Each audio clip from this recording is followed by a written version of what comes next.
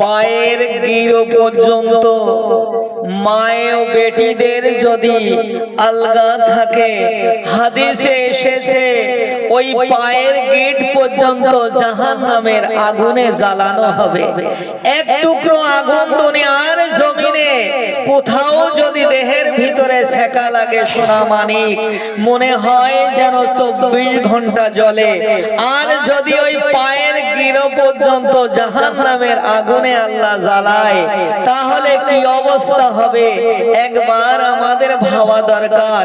কোন পুরুষ যদি পায়ের গিটের নিচে সমস্ত সময় কাপড় পরে থাকে, তাহলে ওই পায়ের গিট পর্যন্ত জাহান্নামের আগুনে জ্বালানো হবে। একই হাল হবে সোনা মানিকেরা।